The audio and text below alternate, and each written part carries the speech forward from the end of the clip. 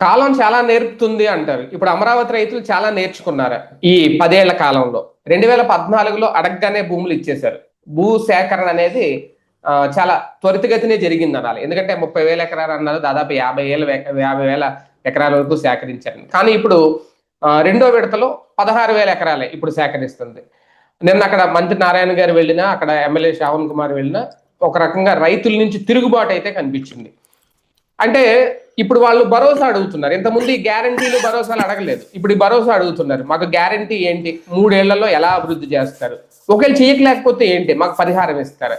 నిజంగా ప్రభుత్వం కూడా ఊహించుండదు ఇలాంటి ప్రశ్నలు వస్తాయి, రైతులు ఇలా అడుగుతారు అని. దీన్ని తిరుగుబాటు అనాలా, లేదంటే వాళ్ళ సేఫ్టీ చూసుకుంటున్నారా, లేదా నమ్మకం కోల్పోయారా ప్రభుత్వం మీద, చంద్రబాబు నాయుడు గారి మీద? ఇదే అంశం మీద చర్చించే ప్రయత్నం చేద్దాం. సార్, నిన్న కూడా మనం చర్చించుకున్నాం, భూ సేకరణ జరుగుతోంది, రెండో విడత ఎలా సాగుద్ది అనేది. అయితే అందరూ అనగానే చాలా వరకు అయితే ఇదే ప్రశ్న రేజ్ చేశారట. ఏంటి మాకు గ్యారంటీ, ఒకవేళ మీరు 3 ఏళ్ళు అభివృద్ధి చేయకపోతే మా పరిస్థితి ఏంటి, డబ్బులు ఇస్తారా, దీనికి సంబంధించి ఒక అగ్రిమెంట్ రాస్తారా? ఇన్ని ప్రశ్నలు అప్పుడు లేవు, ఇప్పుడు వస్తున్నాయి. ఎలా చూడాలి? ఇక్కడ సమస్య ఏంటంటే, మనం విజన్ ఉంది అనేది నోటితో చెప్పుకోవడం, చుట్టూ వాళ్ళతో చప్పట్లు కొట్టించుకోవడం కాదు. మన విజన్ ఏంటన్నది ఆచరణలో చూపించాలి.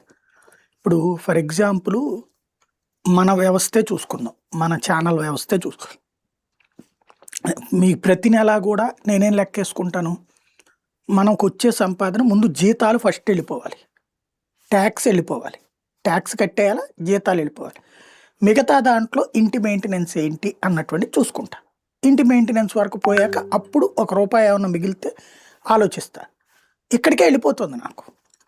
అయితే సెకండ్ ఫేజ్ ఎదుగుదల ఏంటి అన్నటువంటి దానికి సంబంధించినప్పుడు ఇంకా ఇన్వెస్ట్మెంట్ కావాలంటే వచ్చేవాళ్ళు సిద్ధంగా ఉన్నారు. కానీ ఇన్వెస్ట్ చేస్తే ఆదాయం ఆ రేంజ్లో రిటర్న్ ఉందా, ఇది చూసుకోవాలి. అందుకని మీకు తెలుసు, వస్తానన్న వాళ్ళని కూడా మనం వద్దనుకుంటున్నటువంటిది. కాబట్టి మనం ఏదైనా ఒక పని చేసేటప్పుడు రేపటి గురించిన ఆలోచన అనేది ఉండాలి. మనల్ని నమ్ముకున్న వాళ్ళని నడి రోడ్డు మీద నుంచోబెట్టకూడదు, మనల్ని నమ్మిన వాళ్ళ జీవితాలతో చెలగాటమాడకూడదు. అది విజన్ అంటే, అది సంక్షేమం అంటే, అది అభివృద్ధి అంటే, అది నమ్మకం అంటే. ఇక్కడ అమరావతి విషయంలో వీళ్ళు చేసిన అతిపెద్దదైనటువంటి తప్పు ఏంటంటే, మొదటి దశలో సేఫ్ గేమ్ నడిచింది. దానికి రీజన్ ఏంటంటే, ఒకప్పుడు ఇప్పుడున్నటువంటి ఈ కృష్ణానది అంటే ఇప్పుడు చంద్రబాబు గారు ఇల్లు ఉంది కదా, అక్కడ కరకట్ట ఉంది కదా, ఒకప్పుడు ఈ కట్ట లేనప్పుడు అదంతా కూడా వరద నీళ్ళతో మునిగిపోయే ప్రాంతం, ఆ నీరుకొండ దాకా కూడా. అయితే తర్వాత కాలంలో ఒక కాంగ్రెస్ ఎంపీ చొక్కారవో సంథింగ్ ఎవరో ఒక ఎమ్మెల్యే గెలిచినటువంటి ఆయన అక్కడ కరకట్ట వేయించాడు. ఫస్ట్ ప్రభుత్వంతో మాట్లాడి కరకట్ట వేయించడంతో ఆ ప్రాంతం ఎప్పుడు ఏడాది పొడుగునా, ఇదివరకైతే వరదలు నేను చెప్పాను కదా 4-5 సార్లు వరదలు వచ్చే ఏడాదని, అట్లా ఏడాది పొడుగునా అక్కడ ఒట్టి బురద నీళ్ళు, అసలు వాళ్ళ భూమి ఎక్కడుందో వాళ్ళకే తెలియనటువంటి స్టేజ్ నుంచి ఆ కరకట్ట తర్వాత ఆ ప్రాంత అభివృద్ధి ఒక్కసారిగా మలుపు తిరిగేసింది. ఆ ఎంపీని ఆ ఎమ్మెల్యేని గుర్తుపెట్టుకున్నారో కూడా లేదో తెలియదు. అప్పుడున్న ఎంపీ ఎమ్మెల్యే కలిసి చేశారనమాట. అది ఆ పాత వాళ్ళు చెప్తారు ఆ విషయం. ఆ ప్రాంతానికి సంబంధించినటువంటి వాళ్ళు 50 ఏళ్ల క్రితం ఉన్న వాళ్ళు అడిగితే చెప్తారు. అది ఒక 40-50 ఏళ్ల క్రితం జరిగింది ఆ చర్య.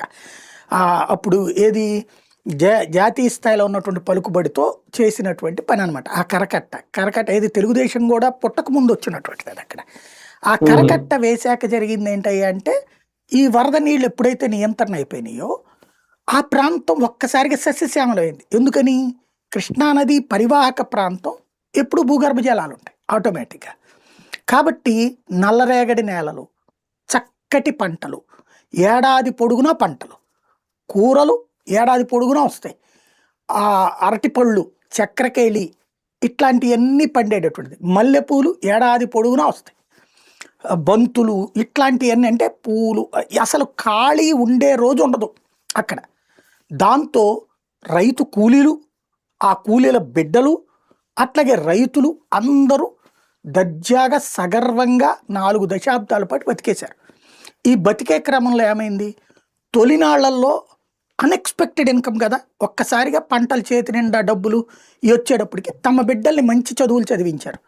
లైక్ కార్పొరేట్ విద్య వైపుకా, లేకపోతే ఇంకొకట పెద్ద చదువులు చదివిచ్చేస్తే వాళ్ళు ఇతర రాష్ట్రాలు అంటే ప్రధాన నగరాలకు కానీ లేదా విదేశాలకు కానీ వెళ్ళి సెటిల్ అయిపోయారు. అక్కడ ఉన్నటువంటి పాత తరపు వాళ్ళ బిడ్డలు.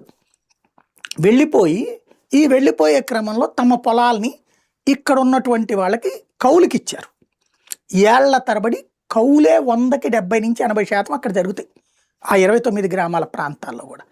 ఈ కౌలు ఇచ్చేటటువంటి వాళ్ళు, కౌలుకి తీసుకున్న వాళ్ళు కొన్ని అతి తెలివితేటలు ప్రదర్శిస్తుంటారు.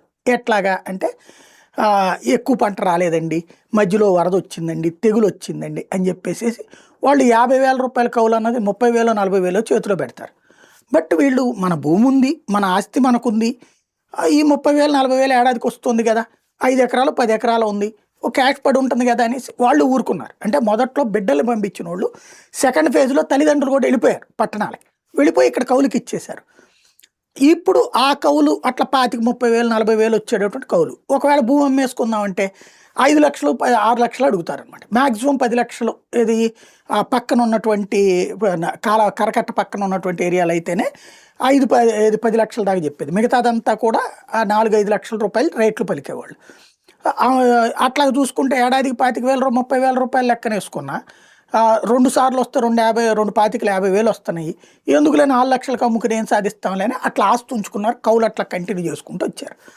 ఎప్పుడైతే ఈ రాజధాని ఆ ప్రాంతం అని ప్రకటించగానే వాళ్ళు భూములు ఇవ్వడానికి ముందుకు వచ్చింది ఏంటి అంటే, వాళ్ళందరూ ప్రధాన నగరాల్లో బ్రతికినటువంటి వాళ్ళు కాబట్టి, అక్కడ హైదరాబాద్ లాంటి చోట్ల చూశారు కాబట్టి డెవలప్మెంట్ కాన్సెప్ట్ అనేది తెలుసు వాళ్ళకి. అంటే మనం కనుక మన చేతిలో ఒక ఎకరం ఉందనుకోండి, ఏ రోడ్డుకి దగ్గరలోనూ ఉందనుకోండి, ఒక బిల్డర్కి ఇచ్చామనుకోండి, వాడి చేత మనం 50-50 పెట్టుకోవచ్చు, 60-40 పెట్టుకోవచ్చు, 30-70 పెట్టుకోవచ్చు, లేదా కొంత అడ్వాన్స్ తీసుకుని డెవలప్మెంటు జరుగుతుంది. ఇది హైదరాబాద్లో కానీ రియల్ ఎస్టేట్ కదా జరిగేది, అపార్ట్మెంట్లు ఫ్లాట్లు. అది చూసింది ప్రభుత్వమే అట్లాంటి డెవలప్మెంట్ చేస్తానండి. మీ దగ్గర నుంచి 4,800 గజాలు తీసుకుంటామయ్యే ఎకరాము, మీకు 1,200 గజాలు ఇస్తాం, అందులో 1000 గజాలు డొమెస్టిక్గా ఇస్తాం, 200 గజాలు దీని కింద ఇస్తాం. అట్లాగే మీకు ఇంతకుముందు ఏదన్నా దాని మీద అప్పు ఉంటే అప్పు తీరుస్తాం, ఏడాదికి 25,000 కౌలు ఇస్తాం. ఎట్లాగ మీరు తీసుకుంటుంది ఎంత 25,000-30,000 కదా కౌలు, ఆ కౌలు ఏదో మేమే ఇస్తాం ఓ 10 ఏళ్ల పాటు. ఈ లోపుగా మీకు 3 ఏళ్లలోనే మీ ఫ్లాట్లు మీకు ఇచ్చేస్తాం. మీరు దాన్ని నమ్ముకుంటే హైదరాబాద్లో హైటెక్ సిటీలో అట్లాగే తీసుకున్నటువంటి వాళ్ళు, అంటే అట్లా జరగలేదు అప్పుడు. హైటెక్ సిటీ ఏరియాలో డెవలప్ అయినప్పుడు ఏమైపోయింది, ఇవాళ అక్కడ గజం వచ్చేటప్పటికి ₹1,00,000 పలుకుతుంది కదా, 100 గజాలంటే 100 లక్షలు కదా, 1000 గజాలంటే 1000 లక్షలు కదా, ఇట్లా కదా పలికేది, మీకు రేపు పొద్దున కోటీశ్వర్లు అయిపోతారు కదా అన్నటువంటిది చెప్పారు. దాంతో చంద్రబాబు గారి మీద నమ్మకం ఉంది. అట్లా త్యాగాడు ఆయన అన్నటువంటి నమ్మేసి భూములు ఇచ్చేసినటువంటి వాళ్ళల్లో మొదటి ఫేజ్లో ఇచ్చినటువంటి వాళ్ళు ఎక్కడ లేని భూ యజమానులే తప్ప వాళ్ళు రైతులు కాదు. ఇది మనం గ్రౌండ్లో తెలియక మాట్లాడేవాడిది తెలిసి మాట్లాడేవాడికి ఉండే తేడా. మొదటి ఫేజ్లో ఇచ్చినటువంటి వాళ్ళందరూ కూడా ఇక్కడ రైతులు పండించే రైతులు కాదు, భూ యజమానులు. వాళ్ళు ఇస్తున్నప్పుడు వాళ్ళందరూ బాగుపడుతుంటే మనం ఎందుకు ఇవ్వకూడదని ముందుకు వచ్చినటువంటి సామాజిక వర్గ రైతులు రెండవ దశ. మూడవ దశలో వాళ్ళు ఏం చేశారయ్య అంటే, ఇవన్నీ జరిగేనో చచ్చానో ఎందుకు, మనకెందుకు వచ్చిన గొడవ, మేము భూమి అమ్ముతాం, కోటికో 2 కోట్ల రూపాయలకో మాకు ఇచ్చేసి డబ్బులు ఇచ్చి మీరు కొనుక్కోండి, మీరు ఇచ్చుకోండి ప్రభుత్వానికి అని చెప్తే, అప్పటికి ఈ నమ్మకంతో ఉన్నారు కదా ఈ తెలుగుదేశం వాళ్ళు, తెలుగుదేశం అభిమానులు, ఆ నాయకులకు సంబంధించిన వాళ్ళు 60 లక్షల నుంచి 1,00,00,000 ఇచ్చి భూమి కొనుక్కుని వాళ్ళు ప్రభుత్వానికి ఇచ్చారు. ఇది మూడో దశ జరిగింది. ఇట్లాగా భూ సమీకరణ సులభమయ్యింది. దానికి కారణం ఆ ప్రాంత భౌగోళిక పరిస్థితి, ఆర్థిక పరిస్థితి, అక్కడ ఉన్నటువంటి వాళ్ళకి సంబంధించినటువంటి ఇతర ప్రాంతాల్లో నివసించే వాళ్ళకి సంబంధించినటువంటి అంశం. వాళ్ళకి ఇప్పుడు కూడా 50,000 రూపాయల కౌలు వస్తుంది. ఇది 25,000 దశల వారీ పెంపు అని పెట్టారు. మొన్న నేను హాస్పిటల్లో మా అత్తగారిని జాయిన్ చేసిన టైంలో హాస్పిటల్లో ఉన్నప్పుడు అక్కడ పక్కన బెడ్ మీద ఉన్న ఆవిడ చెప్పిందనమాట, వాళ్ళది ఉండేది ఎక్కడో నెల్లూరు దగ్గర ఎక్కడో ఉంటారట, వాళ్ళ అమ్మగారికి అక్కడ భూమి ఉంది, ఎకరానికి 50,000 రూపాయలు చొప్పున కౌలు వస్తుంది అనమాట. ఇప్పుడు 25,000కి ఇచ్చారు, ఇప్పుడు 50,000 కౌలు వస్తుంది. అంటే 10 ఏళ్లలో 50,000 దగ్గరికి వెళ్ళింది అనమాట. 50,000 కౌలు వస్తుంది కాబట్టి 50,000 కౌలు అంటే ప్రశాంతమే కదా అనే లెక్కన ఉన్నారు వాళ్ళు. అమ్ముదామంటే కొనుక్కునే వాళ్ళు లేరు అన్నది అప్పుడే తెలిసిందనమాట. ఏది 4 కోట్లకు అమ్ముదామంటే కొనేవాళ్ళు లేరు అన్నటువంటి అది ఫస్ట్ ఫేజ్లో జరిగిపోయింది. తర్వాత ఏమైపోయింది, ఎప్పుడైతే ఆ మూమెంట్లో అయితే కనుక డెవలప్మెంట్ జరిగిపోయి ఉండేది, ఆ మూమెంట్లో టెంపో ఉంది పబ్లిక్. కానీ వీళ్ళు ఆ డిపిఆర్ అప్రూవ్ చేయక కేంద్ర ప్రభుత్వంతో గొడవలు పడి, రెండవది వచ్చేటప్పటికి అక్కడికి వ్యాపారాలందరినీ వచ్చేయమన్నారు. ముందు ప్రభుత్వం చేయాల్సిన పని చేయకుండా వాళ్ళందరినీ వచ్చేయమన్నారు.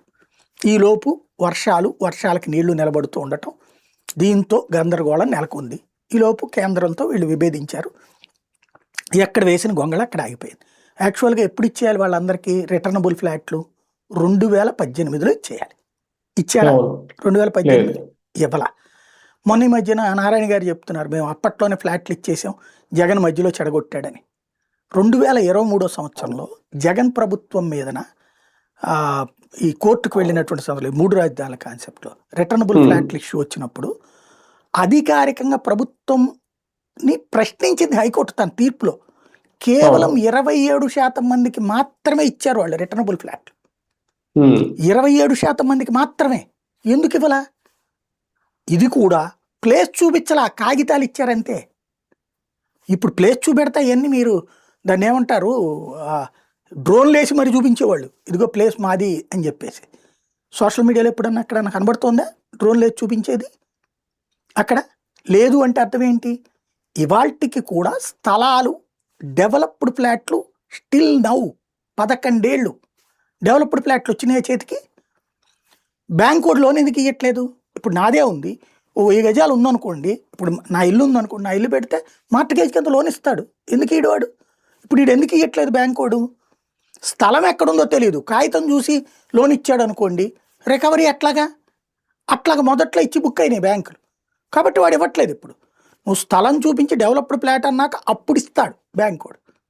అది కూడా కోట్లు ఇవ్వడానికి సిద్ధంగా లేరు. ఎందుకంటే ఇప్పుడు వీళ్ళ ₹1,00,00,000 ఇస్తే అది రేపు పొద్దున వేలం వేస్తే 30 లక్షలు 40 లక్షలకు కూడా రాబోతే ఏం చేయాలి వాడు?